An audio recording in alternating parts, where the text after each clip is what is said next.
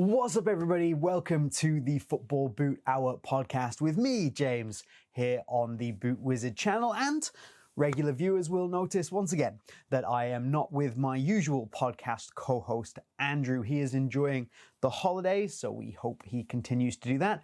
And I am still a little bit sick, hence no live podcast, and we're doing this instead. The question becomes, what are we doing? Well, obviously, it's the end of the year, and you will see that Andrew has up his blog article for his Boot of the Year awards. I won't spoil anything.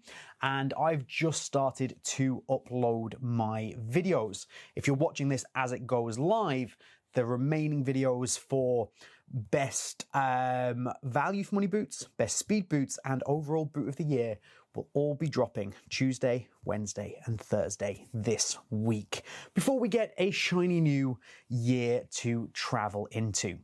But it's not just our opinion that matters.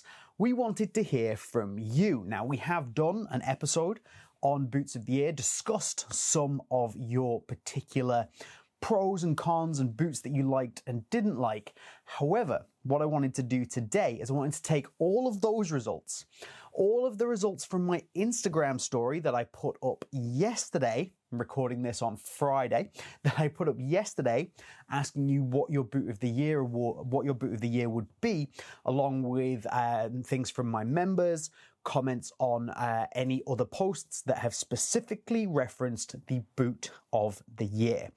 I'm going to take all this data, put it together, and give you a definitive Boot of the Year award for the Football Boot Hour, but for the Football Boot Hour viewers.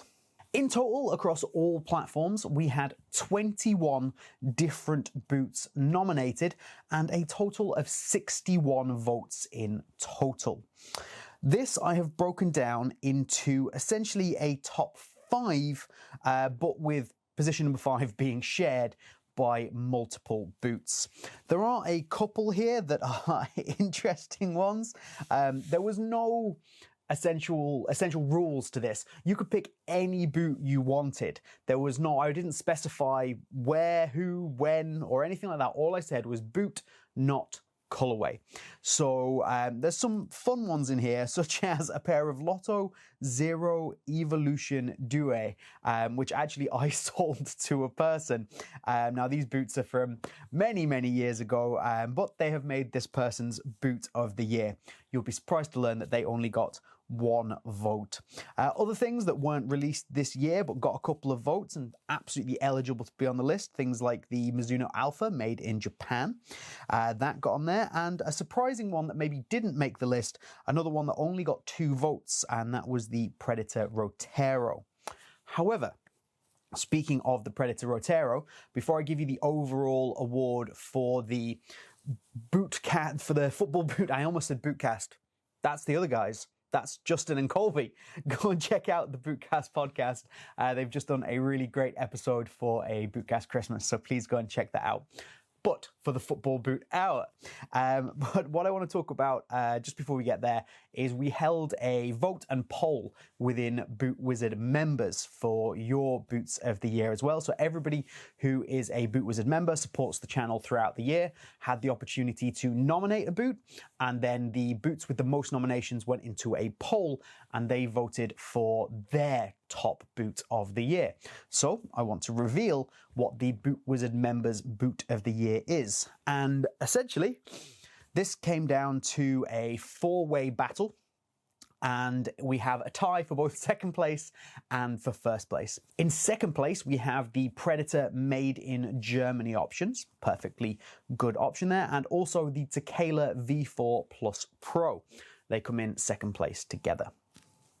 Then, in first place, we have a joint first place as well. We have the Predator Rotero that I mentioned just a minute ago, and also the Messi F50 Elite. Of all of those boots, I have the Tekela that came up there in second, and the Messi F50 Elite up there in first. So, a huge thank you to all of my members for supporting me this year, and also for taking part in the poll there. You are greatly appreciated. If you do want to become a Boot Wizard member, get opportunities to join in things like this, to get massively early access to all of my videos. They already have access and have had access for quite some time to my Boot of the Year awards, and also huge discounts on some massive grip sock brands that are bigger than what anybody else is offering. For example, on Wii Fit, Apex, Technigrip, and Viper 5.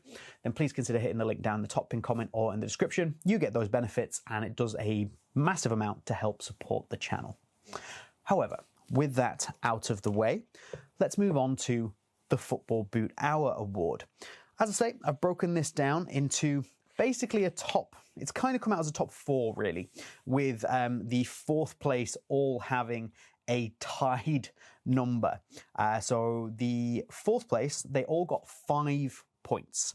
And these were the Messi F50. This got 5 individual votes, just 1 point per vote. So it's got 5 individual votes. The Tekela V4 Plus Pro, also in 4th place, and also with 5 votes. And finally, the Predator 94 remake. There was actually quite a lot of love for this. And I do understand why. I had it for a short while. Got it for a friend, and I just happened to have them for a little bit. I did try them on. I didn't play in them, but they are obscenely comfortable. And the heel on that thing is just so soft and plush. Maybe slightly over padded, but it was really noticeable how comfortable that boot was. And I think it's a really fun interpretation of the 94, very wearable. And I think people have done I understand why people absolutely love that. You'll see that in my upcoming Boot of the Year and Speed Boot of the Year awards, both of these boots do feature at various points. This one also featured in my underrated Boot of the Year award, so plenty of good stuff here. And I have to say, the only thing with this is I'm surprised that the Messi wasn't higher. Although I will say that looking, once I'd collated everything, is surprised the right word? I think I was surprised by what number 1 is. I'm not surprised by number 2. It's not my pick, but I'm not that surprised by it. But number 1, I am actually quite surprised, especially considering everything that happened when it came out. So let's move up into 3rd place. So in 3rd, we have the Predator Elite. I'm going to get the FT out. Now, what I did for this was I essentially combined the votes for the FT and for the Elite Laced. There was a couple of votes just for the Elite Laced, and everybody else just said Predator Elite. So I just put them together because it seemed to be the right thing to do.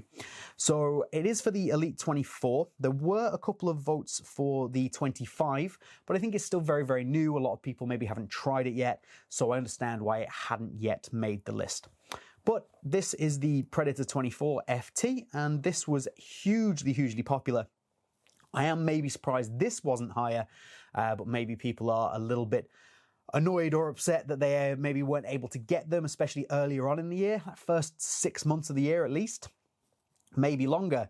These were nigh on impossible to get hold of. They just dropped and sold out immediately. And honestly, I'm pleased that that hasn't happened with the 25 and that it's been readily available. Everybody's been able to grab it. And my only hope now is that they don't release 743,263 new colorways. But if you follow Boots, if you follow the number of leaks that we've already seen, we're already looking at more than a colorway a month comfortably in this brand new Predator just from leaks alone. And I'm sure there's plenty of stuff that we haven't seen yet as well. But wonderful hybrid touch upper, the return of the tongue, which everybody of a certain age is really going to enjoy. Fantastic strike skin fins, which are actually more effective than what you get on the current generation model. And overall, I think this is a well deserving of a place in the top 5 of anybody's Boot of the Year list. And I already think that the new generation is better, which is quite impressive because I do think that this boot is excellent, but almost from the first session, you can immediately feel that this is an improvement and has gone in the right direction. So props to Adidas for that. and I would fully expect to see this back up in the Boot of the Year awards next year, at least for me. It's already a contender. It's already a contender. So, moving on, we're going to move up to second place, which, yeah, I do. So I didn't actually plan this. I just happened to have a whole bunch of boots down by the side of my desk, because at the moment the studio is essentially just a disaster of things. The camera is doing an excellent job of blocking it out so you can't really see it, but there's just stuff everywhere. Anyway, this is what is in second place. This is the Mercurial Vapor 16 Elite. There's a couple of specific calls for this colorway, actually, for this Mad Ambition Pack colorway, and I see why people have gone for this. I absolutely do. I feel like I've personally fallen out of love with it a little bit over the couple of months since it has released, but it's got so many redeeming features, so many reasons for people to like it. And I actually think, as much as I've got the FG here, if you pick it up in the AG stud pattern, it's got something really special about it as a bit of an everyman boot, something that's going to work for everybody and has an awful lot of positives. So I'm not surprised that this is on here at all. I'm maybe a little surprised that it's up in second, but at the end of the day, it's a Mercurial. People love Mercurials. And now that this is one of the widest Mercurials that has ever been made, I think a definite improvement over the previous generation, that there's so many people can wear it now, and the number of people that can now wear Mercurials are like, yes, this is fantastic. And I see why. I don't love the air zoom unit. I'd like to see that removed, but the upper on this is still absolutely fantastic. It's just next level. It's got just the right amount of grip, a really nice barefoot touch. It's really been slimmed down and minimized.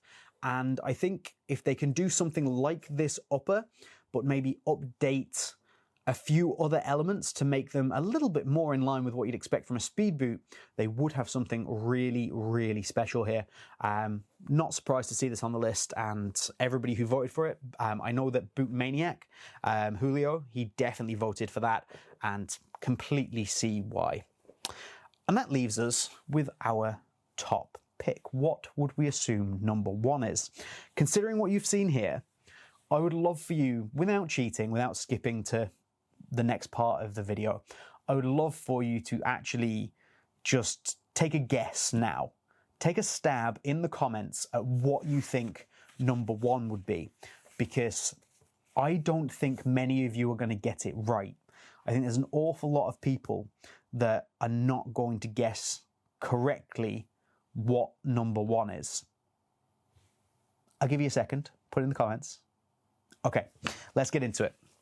What is number one? And it's a boot that I have really enjoyed. I think it's a really great football boot. There's a couple of people that I know who absolutely adore this, and I totally get that. And I think that particularly if you have a certain foot shape, as in maybe a slightly wider foot, this boot is like going to be heaven for you. So strongly recommend people checking it out. And the reason that I'm not shocked is too strong, but surprised that it's number one is because of the reaction that it got when it first launched. So this first launched back in January. Some of you are starting to register what this is now. It first launched back in January and was met with an absolute wave of criticism. The problem being, I even made a video on this, that the criticism that was leveled against it had nothing to do with the boot, because the boot hadn't even launched yet. People were getting really upset and really wound up that the previous generation had been replaced, that they'd now associated itself with another boot, that there would been a change to the outsole, and people hadn't tried it yet. And it was genuinely irritated me, because it just seemed to shoot the boot down. But the launch colorway also wasn't fantastic, so I understand why people didn't like that, but it just seemed to get way out of hand and was just a really damning indictment of what social media can do, and why sometimes it's more important than ever to get your information maybe from a reliable source and wait until either you've tried the boots or a reliable source has tried the boots before we start dunking on things. By now, you should know what this is, so I won't hold it off any longer. It's not actually the Phantom Luna 2, it's the Phantom GX2 specifically was the one that was put up there, but I don't own a GX, I only own a Luna, and I actually prefer the Luna slightly, just because I like the look of this collar. This is maybe my favorite ever DF collar, but of course, the extra piece of material is like an extra $20 or something like that. Nonsense. Buy the GX. But this is a fantastic utilization of GripNet, and I said in my original review, and I stick to this 100%, that this is better than the original GX. I know people loved the original GX. They really, really did. It's better than the original Luna as well, but that's a much lower bar. But I think the way that this has been made into a one piece with the GripNet upper done the way that it is, I just think it is a better football boot. If you have a problem with the Cyclone 360 outsole, then by all means go for the AG option, which is quite a good FG AG option. And yeah, I would love to see a little bit more structure through the midfoot of this boot. It's not a disaster like the Tiempo Legend 10 Pro. It's something I would like to see, but that's not something that everybody wants. Overall, yes, I get it. This is a great boot, and there's so much width through here compared to what you get from the majority of Nike boots out there, or boots out there. And so many people are going to be looking for something that suits wide feet for two reasons. One being, people have wide feet. So those people who have a wider foot will want something with that additional midfoot volume. It's not massively, midfoot width. It's not massively wide through the toe box, but definitely through the midfoot. The heel is also very nice, by the way. So there'll be plenty of people looking for that because they do genuinely have a wide foot. But then there's also a good number of people, and I'm assuming nobody that's voted for it on this particular list, but there's a good number of people who do not have a wide foot, but think they have a wide foot, and therefore the additional width, volume, and general room in this boot is really going to appeal to people. Nike, despite having, in my opinion, a pretty poor year, I don't really think that they've been at the forefront of much this year. This, to be fair, they're both boots designed for the market. They still have a Nike swoosh. It still holds a certain level of appeal. And to be able to give these two boots to basically anybody and then be able to wear them and enjoy them, I think is something that's going to serve Nike pretty well now and going forwards. So that is the number one. That is your choice. That is the people's choice for boot of the year, which is the Nike Phantom GX2. So we have the Predator 94, Messi F50, and Tekela V4 Plus Pro in fourth place. And they all had 5 votes. The Predator Elite 24 in third place with 7 votes. The Vapor 16 Elite in second place with 8 votes. And the Phantom GX2 in first place with 9 votes. Thank you so much, everybody, for watching. Thank you for being with us this year. This will obviously be the last podcast of the year. We'll be back to lives and split screens and me and Andrew talking nonsense for way longer than an hour very, very soon, but we didn't want to leave you with absolutely no content over this period. So something a little bit different for you for a couple of episodes. If you've never seen the Football Boot Hour podcast before, then please check out the playlist that I will link somewhere around here. So you can check out all of our other episodes from the year. There's probably nearly 40 of them now. And please do join us when we return in 2025, and do again consider becoming a Boot Wizard member if you can. Thank you very much. It's been a wonderful 2024 from Andrew and I. Thank you so much, and we will see you again very, very soon.